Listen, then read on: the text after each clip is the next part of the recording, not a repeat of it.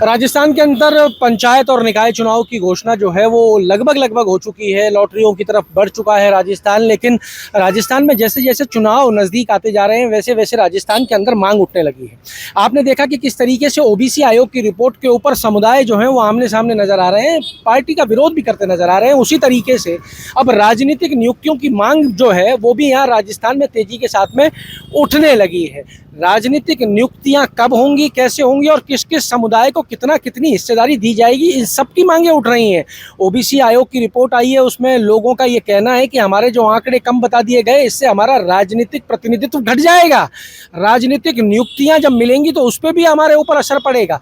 अब देखना यह है कि राजस्थान के अंदर भारतीय जनता पार्टी इन राजनीतिक नियुक्तियों को लेकर क्या तोड़ निकालती है। हालांकि भारतीय जनता पार्टी के प्रदेश महामंत्री कैलाश मेघवाल ने कहा है कि हम अपने कार्यकर्ताओं को प्रशिक्षित करते हैं, हमारे यहाँ पे कोई पद मांगा नहीं जाता, हम इतना प्रशिक्षित करते हैं कि वो संगठन की सेवा कर सके और संगठन की सेवा के बाद में इस भाव के साथ में हमारा कार्यकर्ता आगे बढ़ता है और जैसे जैसे आवश्यकता होती है हम नियुक्तियां देते गए हैं और आने वाले समय में भी नियुक्तियां देते रहेंगे। ये काम राजस्थान की सरकार और मुख्यमंत्री भजनलाल शर्मा का है, जिनके संज्ञान में एक बार सुन लीजिए प्रदेश के महामंत्री कैलाश मेघवाल ने क्या कुछ कहा है, फिर हम चर्चा को आगे बढ़ाते हैं। राजनीतिक नियुक्तियों की मांग जो है वो निरंतर उठ रही है और अब चुनाव भी आ गए हैं, इस तरीके से देख रहे हैं संगठन की क्या तैयारी? देखिए, राजनीतिक नियुक्तियों का काम माननीय मुख्यमंत्री जी का और माननीय प्रदेश अध्यक्ष जी का है। हमारे यहाँ पर मांग उठती नहीं है। हमारे यहाँ कार्यकर्ता दायित्व ग्रहण करने के लिए बड़ी संख्या में तैयार है। उनको हर प्रकार के प्रशिक्षण के माध्यम से हम तैयार भी करते हैं और हमारे वरिष्ठ नेतागण भी हैं जिनको जिम्मेदारी दे करके और सरकार के काम में और हमारे संगठन के काम में और जन कल्याणकारी कार्यों में गति लाने का काम भी सरकार समय समय पर करती है। कई आयोगों में, बोर्डों में नियुक्ति की भी है और जैसे जैसे आवश्यकता लग रही है माननीय मुख्यमंत्री जी, माननीय प्रदेश अध्यक्ष जी मिलकर चर्चा करके ये सब कर रहे हैं। लगता है शीघ्र ही कुछ देखने को मिलेगा। तो ये आप सुन रहे थे प्रदेश महामंत्री भारतीय जनता पार्टी को, जिन्होंने राजनीतिक नियुक्तियों के विषय में अपना जो उनके मन की बात थी उन्होंने रखी, या ये भी कह सकते हैं कि उनको जो कह के हमें टालना था उन्होंने एक बार टाल दिया है। मेरे साथ है मेरे सहयोगी सौरभ भट्ट। भट्ट साहब, आप कैसे देख रहे हैं, क्या राजनीतिक नियुक्तियां भी आने वाले चुनाव में एक मुद्दा बन सकती हैं क्या? जी देखिए आशीष, बिल्कुल ये बड़ा मुद्दा बनेगा। राजनीतिक नियुक्तियों का जो मामला था, आपको याद हो तो अभी कुछ समय पहले ये मामला काफ़ी तेज़ी से उठा था और ये इस तरीके के संकेत सरकार की तरफ से मिलने लगे थे कि बड़े स्तर पर राजनीतिक नियुक्तियां निकाय चुनाव से पहले कर दी जाएंगी। लेकिन जो पूरा घटनाक्रम अचानक इस तरीके से हुआ कि सरकार जो है, सरकार के पास शायद इस बात का पूरा समय नहीं था कि पॉलिटिकल अपॉइंटमेंट वो कर पाती। हालांकि इससे पहले जब सीएम भजनलाल दिल्ली गए तो तस्वीरों में ये दिखाया गया कि अपने साथ फाइलें लेके गए हैं दिल्ली, जो है वो पॉलिटिकल अपॉइंटमेंट्स की मंजूरी लेने गए हैं और उनको वहाँ ग्रीन सिग्नल मिल गया। लेकिन क्योंकि अब जो निकाय चुनाव का लगभग आपने कहा कि घोषणा हो गई और 13 तारीख से लॉटरी हो जाएगी और संभावना है कि 16 तारीख से आचार संहिता ही लग जाए, तो अब सरकार के पास इस बात का समय बहुत कम है कि कोई पॉलिटिकल अपॉइंटमेंट हड़बड़ी में सरकार करे। लेकिन अब आप देखिए कि सरकार को लगभग 2.5 साल पूरे हो चुके हैं और लगभग 2.5 साल से ज़्यादा का समय हो चुका है। 2.5 साल का समय शेष बचा हुआ है। आखिरी का 1 साल आप छोड़ दे तो लगभग 1.5 साल का जो कार्यकाल अब जो बीच में जो बचा हुआ है, 1 से 1.25 से 1.5 साल का, इसमें जो पॉलिटिकल अपॉइंटमेंट है वो सरकार को करने हैं। और जो राजनीतिक नियुक्ति, जो कार्यकर्ता राजनीतिक नियुक्ति पाएगा, उसके पास भी उस सत्ता का सुख भोगने के लिए इतना कम समय बचेगा। लेकिन पॉलिटिकल अपॉइंटमेंट जो है, अगर उसकी हम बात करें तो यहाँ पे चुनाव के अंदर भारतीय जनता पार्टी संगठन की बात की जाए तो इस चुनाव तो संगठन को लड़ना है, सरकार को नहीं। संगठन के लिए फायदेमंद रहेगा कि नुकसानदायक? फायदेमंद इसलिए है कि अगर आपकी परफॉर्मेंस, अगर सौरभ भट्ट की परफॉर्मेंस आने वाले निकाय चुनाव में बेहतर नहीं रही तो राजनीतिक नियुक्ति से छुट्टी कर दी जाएगी। अभी आपका नाम चल रहा है। एक तो ये नज़रिया हो सकता है चीज़ों को देखने का कि भाई किस तरीके से कौन बढ़िया काम करेगा उसको उसके बाद में उसका पुरस्कार, पारिश्रमिक दिया जाएगा। और एक दूसरा नज़रिया ये भी चल रहा है कि लोग कह रहे हैं कि 2.5 साल से ही कुछ नहीं मिला, अब हम सपोर्ट क्यों करें। कौन सा वाला जो नज़रिया है वो भारी रहता नज़र आ रहा है? जी देखिए, आप जो बात करें कि कार्यकर्ताओं की मोटिवेशन की बात है कि पॉलिटिकल अपॉइंटमेंट अगर मिल जाएगा तो वो किस तरीके से काम करेंगे, और नहीं मिल रहा है तो उस उम्मीद में कि भाई पॉलिटिकल अपॉइंटमेंट मिलेगा कि मेरा परफॉर्मेंस मैं अच्छा कर पाऊँ, तो दोनों चीज़ें हो सकती है। लेकिन मेरा मानना यह है कि देखिए, चाहे कांग्रेस हो बीजेपी हो, पॉलिटिकल अपॉइंटमेंट्स जो सरकारों में होते आए हैं वो कमोबेश ये होता है कि जो दूसरा पखवाड़ा होता है सरकार का, जो दूसरा चरण होता है 2.5 साल बाद का, इसमें ज़्यादातर पॉलिटिकल अपॉइंटमेंट होते हैं। चाहे आप कांग्रेस सरकार को भी उठा के देखें, लेकिन पिछली कांग्रेस सरकार में जो बड़े पॉलिटिकल अपॉइंटमेंट्स थे वो लगभग समय पूरे कर लिए गए थे। उसके बाद भी लगातार सरकार ने, आप ये मानिए कि हज़ारों की संख्या में पॉलिटिकल अपॉइंटमेंट्स सरकार ने किए थे पिछली बार।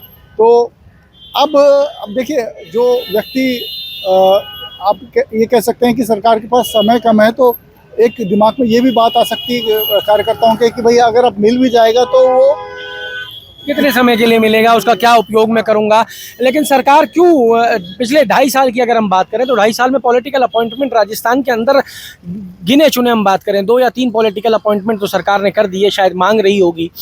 बाकी के अपॉइंटमेंट जो बड़े पॉलिटिकल अपॉइंटमेंट्स हैं उनको सरकार क्यों नहीं कर पाई? क्या नाम इतने ज़्यादा हैं, आवेदन इतने ज़्यादा हैं, फैसला नहीं हो पाया कि भाई किसको क्या दिया जाए, किसको कहाँ बैठाया जाए, या सहमति नहीं बन पाई इन चीज़ों को लेकर के, ये मैं नहीं लूँगा, मैं छोटी जगह क्यों जाऊँ?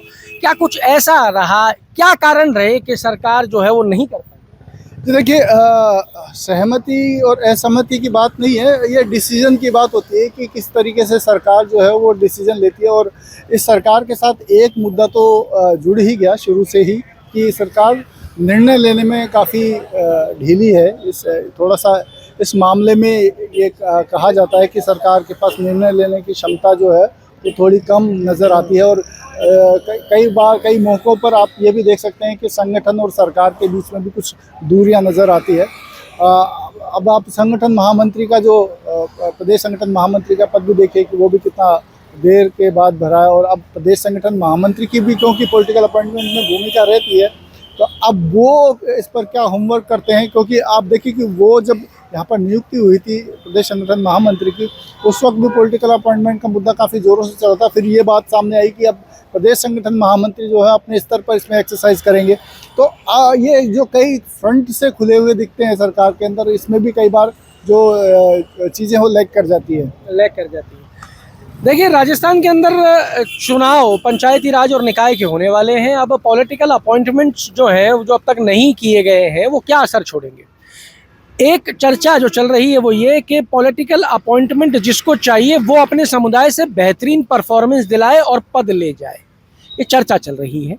तो आपको यहाँ पे परफॉर्म करना होगा, परफॉर्मेंस के आधार पे आपको यहाँ पे जो आप चाहते हैं वो मिलने की उम्मीद रहेगी। और दूसरी चर्चा जो यहाँ चल रही है कि लोगों के अंदर नाराज़गी भी है कि पिछले 2.5 साल से संगठन के लिए काम करने के बाद में अब तक राजस्थान के अंदर अगर हम बात करें उपचुनाव की तो हम 7 उपचुनाव में जा चुके हैं। 7 उपचुनाव में मेहनत करने के बाद, संगठन के नियमित कार्य करने के बाद भी अगर कुछ नहीं मिला है तो क्या निकाय चुनाव में भी मेहनत करने के बाद कुछ मिल जाएगा, इसकी भी कोई गारंटी नहीं है।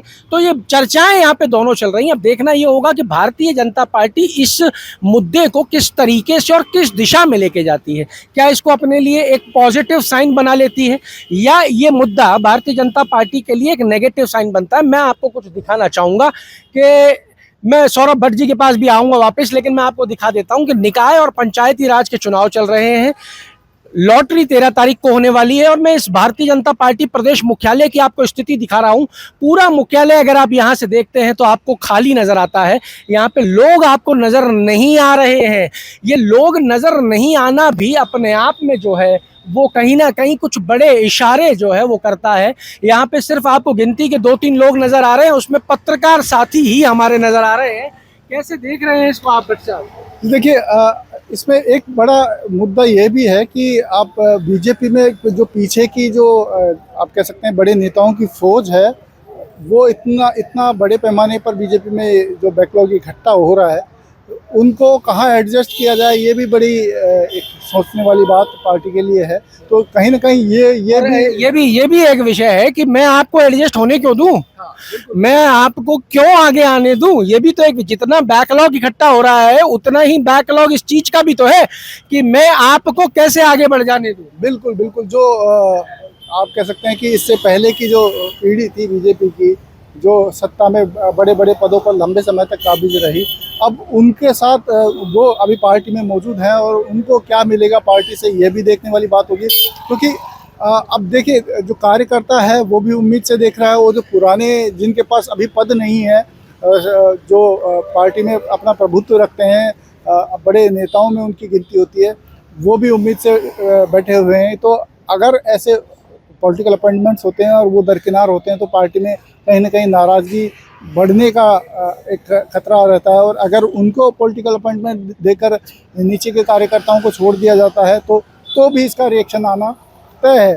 तो ऐसे में ये सरकार के सामने बड़ी समस्या है कि पॉलिटिकल अपॉइंटमेंट्स किस तरीके से सरकार करेगी। अब साहब, किसकी कितनी हिस्सेदारी, उसको उतनी भागीदारी, ये बात कहने में बड़ी आसान है, पर जब आप राजनीतिक संगठन के एक मुखिया के रूप में काम कर रहे होते हैं तो किसको दे दें और कौन नाराज हो जाएगा और कौन खुश हो जाएगा, इस बात का भी पता जो है वो नहीं लग पाता। किसी को किसी की खुशी, किसी की नाराजगी बन सकती है, और राजनीति के अंदर नाराजगी जो है वो उस मशीन के ऊपर दिखाई जाती है जिसको ईवीएम कहा जाता है। वो नाराजगी जो है वो कभी कभी संगठनों को और सरकारों को बड़ी भारी पड़ जाती है। पर राजस्थान के अंदर पॉलिटिकल नियुक्तियों का इंतजार अब शुरू हो चुका है, क्योंकि इंतजार था कि निकाय और पंचायती राज के चुनाव होंगे, उसके बाद में पॉलिटिकल नियुक्तियां शुरू हो जाएंगी। अभी तक राजस्थान के अंदर 6 तो मंत्रिमंडल के पद खाली पड़े हुए हैं, उनको भी भरना है। मंत्रिमंडल रीशफल तो छोड़िए, अभी तो मंत्रिमंडल फुलफिलमेंट ही नहीं हुआ है, राजनीतिक नियुक्तियां भी देनी है। अब इसको किस तरीके से भाजपा और भाजपा के नए संगठन मंत्री जो आए हैं, अजय कुमार, वो इसको किस तरीके से भारतीय जनता पार्टी के फेवर में मोड़ देते हैं, ये बड़ा रोचक होगा देखना। लेकिन जो भी कुछ होगा वो आप तक पहुंचाएंगे। जुड़े रहिए हमारे साथ। अमर उजाला के लिए जयपुर से मैं आशीष और मेरे सहयोगी सौरभ भट्ट। आपके राज्य की खबरें, आपके शहर की खबरें सबसे पहले जानने के लिए देखते रहें अमर उजाला। चैनल को सब्सक्राइब जरूर कर लें और पाएं हर अपडेट।